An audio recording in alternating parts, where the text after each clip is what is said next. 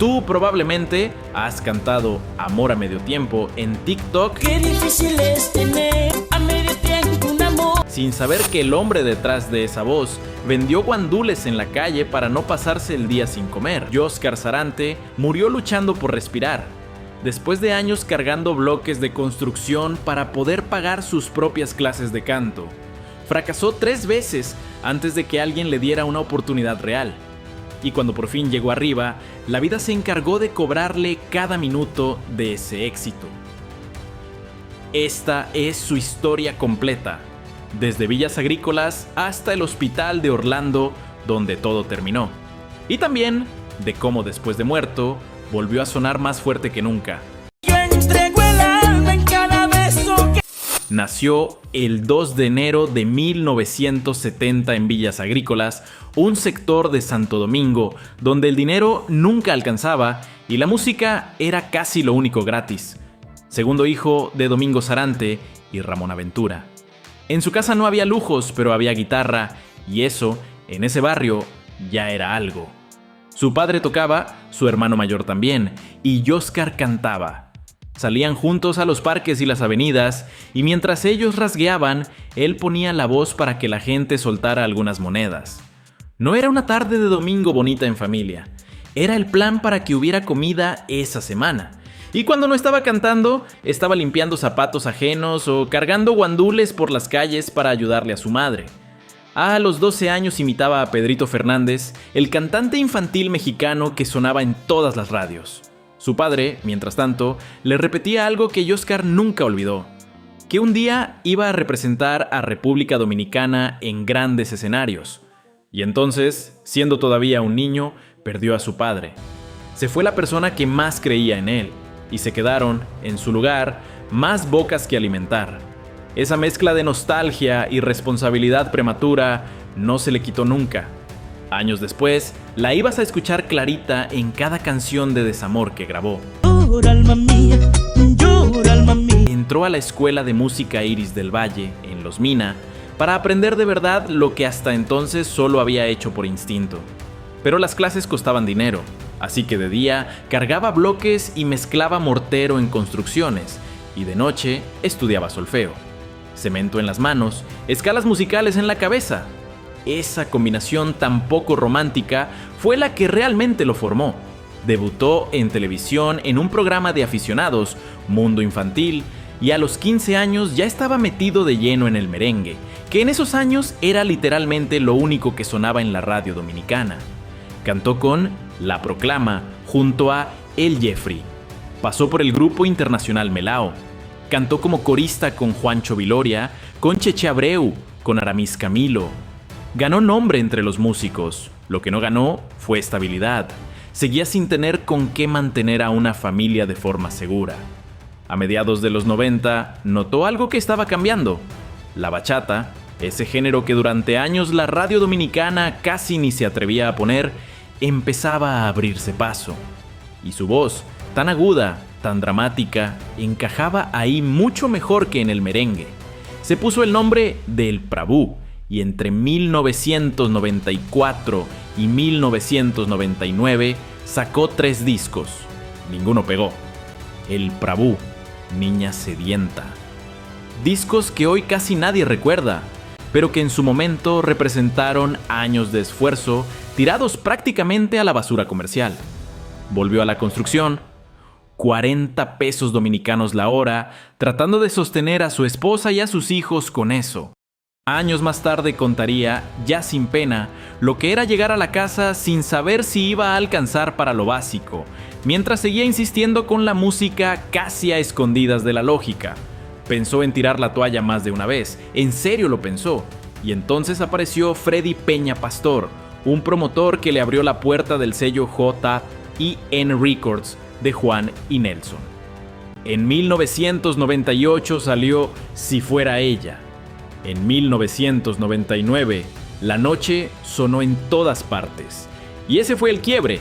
De un día para otro, el hombre que cargaba bloques para pagar clases de canto empezó a escuchar su propia voz saliendo de las radios de otros carros.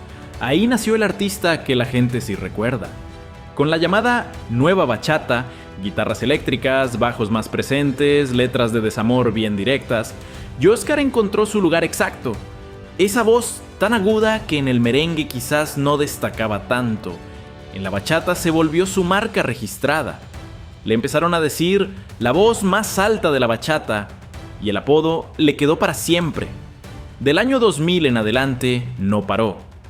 Llora alma mía. Llora hasta que quede una gota de dolor. No es casualidad, en 2002. Viví, en 2004. Que viví. Parada 37, en 2006.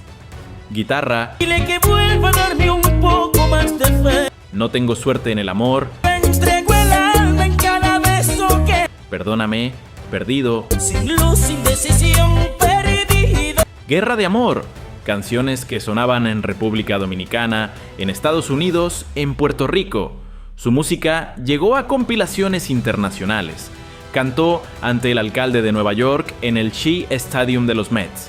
Se presentó en Finlandia, de todos los lugares posibles. El niño de Villas Agrícolas terminó cantando bachata en Europa del Norte. Pero la salud le empezó a cobrar factura pronto y en silencio durante años. Cargó una enfermedad pulmonar crónica por más de 13 años, casi todo el tiempo que duró su carrera como estrella.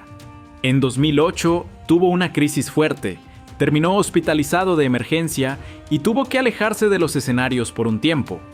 Cuando se recuperó, grabó su versión en bachata de Viví, la canción del francés Charles Aznavour. Y si la escuchas sabiendo lo que acababa de vivir, deja de sonar a canción romántica y empieza a sonar a otra cosa completamente distinta. En 2016 se cayó en su propia casa haciendo una remodelación. Se fracturó una vértebra. Meses sin poder moverse bien. Y ya en sus últimos meses de vida, viajó a Nueva York para operarse las fosas nasales, tratando de recuperar algo de la capacidad pulmonar que iba perdiendo. Antes de entrar al quirófano grabó un mensaje para sus seguidores explicándoles por qué lo hacía. No sonaba a un artista promocionando nada. Sonaba a un hombre que sabía que se estaba quedando sin aire, literalmente, y que estaba intentando ganarle tiempo a eso. En enero de 2019, la fibrosis pulmonar avanzó de forma que ya no se pudo controlar. Lo ingresaron en estado crítico en un hospital de Orlando.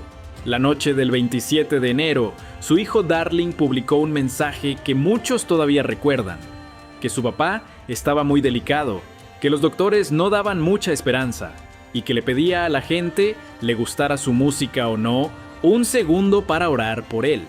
Al día siguiente, la noche del 28 de enero de 2019, Yoscar Sarante murió. Tenía 49 años. Paro cardiorrespiratorio, consecuencia de la fibrosis pulmonar. Lo confirmó su manager, Martín Alcántara. Hasta el presidente de la República Dominicana de ese momento, Danilo Medina, sacó un comunicado reconociendo lo que había significado para la música del país. Trajeron su cuerpo de vuelta a República Dominicana. El velatorio fue en la capilla Las Orquídeas del Cementerio Jardín Memorial en Santo Domingo, y por decisión de su viuda, Clarisa Paulino, las primeras horas fueron a puerta cerrada, sin cámaras, solo familia. El sepelio fue el 13 de febrero de 2019. Ahí estuvieron Cheche Abreu, Luis Segura, Fernando Villalona, Quinito Méndez, entre otros colegas. Pero también hubo algo incómodo. Muchas de las grandes figuras de la bachata actual no aparecieron. Y eso se comentó, se criticó, se debatió en los medios dominicanos. El chaval de la bachata salió después a explicar que tenía compromisos de gira ya firmados en Estados Unidos, que no fue por indiferencia. Puede que tenga razón, pero la ausencia se notó, y en un gremio que se supone tan unido, dejó una sensación rara flotando en el aire durante semanas. Y aquí está la parte que quizás no esperabas. La historia de Yoscar Sarante no se cerró en ese cementerio. En 2022, 3 años después de su muerte, Amor a Medio Tiempo, una canción grabada originalmente en 2008, se volvió viral en TikTok. Gente que ni siquiera había nacido cuando él cantaba en los parques de Villas Agrícolas empezó a descubrir esa voz aguda y dramática, sin saber toda la historia detrás. sin saber que ese hombre había vendido guandules en la calle para comer. Esa es la vida completa de Jóscar Sarante. Un niño pobre que cantó por monedas, que limpió zapatos, que cargó bloques de construcción para pagar clases de canto, que fracasó 3 veces antes de triunfar, que casi lo deja todo por pura necesidad, y que cuando por fin llegó arriba, pasó los últimos años de su vida peleando por respirar. Y aún así, hoy, más de 5 años después de su muerte, hay adolescentes en TikTok tarareando su voz sin saber quién fue. Si te llegó esta historia, compártela. Se merece seguir contándose,